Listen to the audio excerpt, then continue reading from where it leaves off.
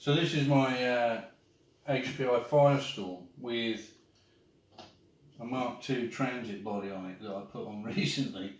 I got it pretty much made up as the rolling chassis and the running gear and all that sort of business, and I ran it around as a Firestorm. It came with all the stuff that I wanted, you know, lipos, lipo charger, all that sort of business.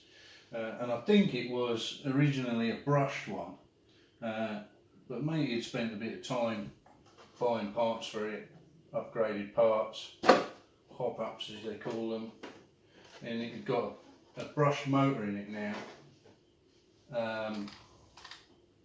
a brushless motor, sorry, with a brushless ESC and lipos.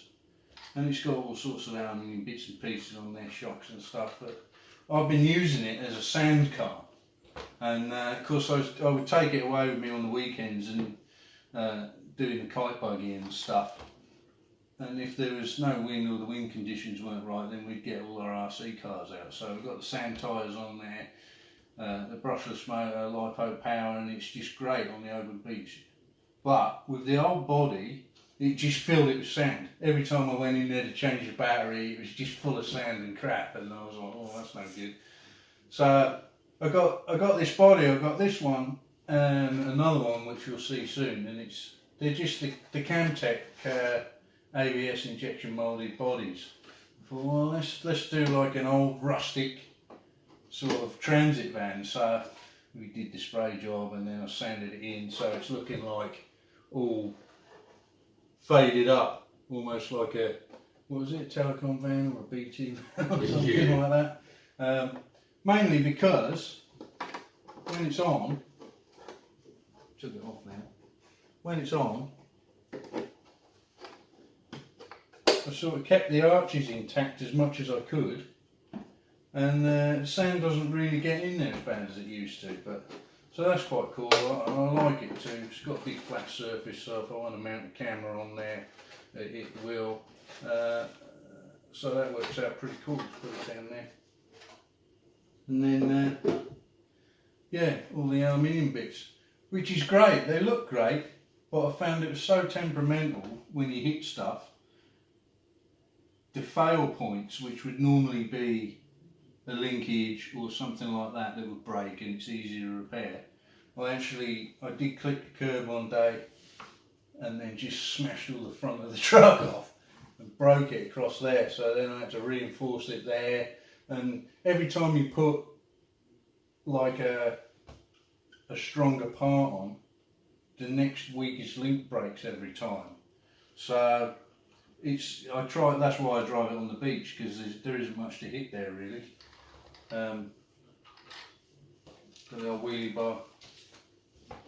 Took the wheel off there because I had a camera mounted on the back. But yeah, no, it's a great truck. And when I first got it, it had a pinion gear on there or a motor gear. Can't remember which one you call it now. And it was just insanely fast. You just couldn't drive it in a straight line. It would just spin up and go all over the place.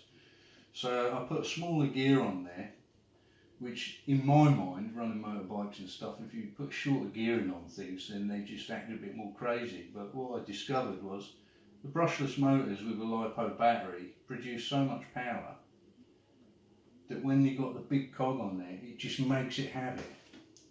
And it's still got a shit ton of power as well, isn't it? Yeah, it just goes. So I put the smaller cog on there and it doesn't go as quick, but it still goes really well. Well, I must confess that a couple of days ago I put the big pinion gear back on there, because now that I'm driving it on the open beaches, I wanted to just get a bit more speed out of it. But it's great fun to drive. The radio gear is not the great one, it's just the old, what they call it, the Fly Sky GT2. It's probably what came with the truck, but I had my heart set on one with the gyro receiver in there. Oh, yeah. So that, and the gyro receivers, I don't know if anybody's ever drove with one of those. When you're driving it under power and it starts drifting out, and like these do, they just go wild. Your hand-eye coordination isn't the greatest to correct it. So the gyro thing actually does it for you. So when the back end starts kicking out, it starts to automatically correct itself. They're well clever. I'd love to get one, but I can't stretch to that at the moment.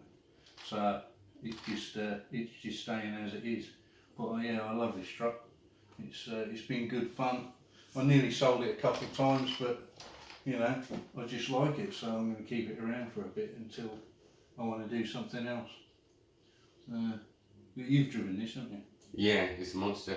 Absolute monster. Well, I don't know about hand-eye coordination. My eyes can't keep up with it, let alone my hands. Yeah. I mean, it's actually quite heavy compared to the standard truck. I've got a standard one of these as well, which I bought it as a donor for bits and pieces, and I was amazed at actually how light the plastic ones are compared to the, you know, obviously it's going to be heavier with the metal components, the aluminium components, but it's quite a bit heavier. I've been hitting the ankle with this one and it's not nice. And there's certainly a difference between this one and the standard one, because we've had the two out together, haven't we?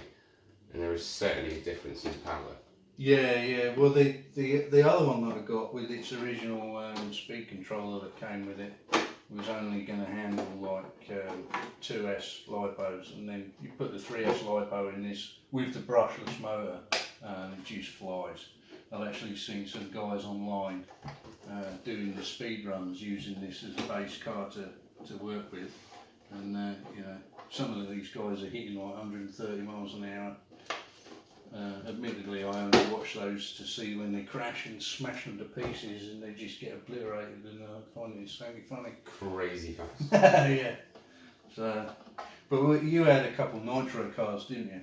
And we were playing with the nitro cars, and mine was playing up. It was getting on my nerves. So I got this out, and you can't beat this car with a nitro car for its size. You know, it's just great running. Yeah, even on the tight turns, it was just flying, wasn't it?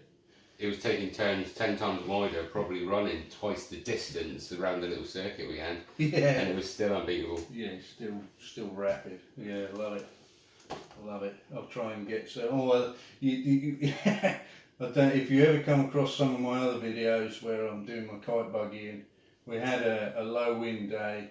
That was so we didn't fly the kite buggies. We actually attached a kite to this, and we were actually driving it around trying to get it to fly with the kite on it.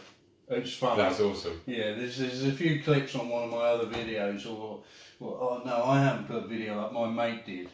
Yeah, it's pretty funny. Yeah, we have link in the description below.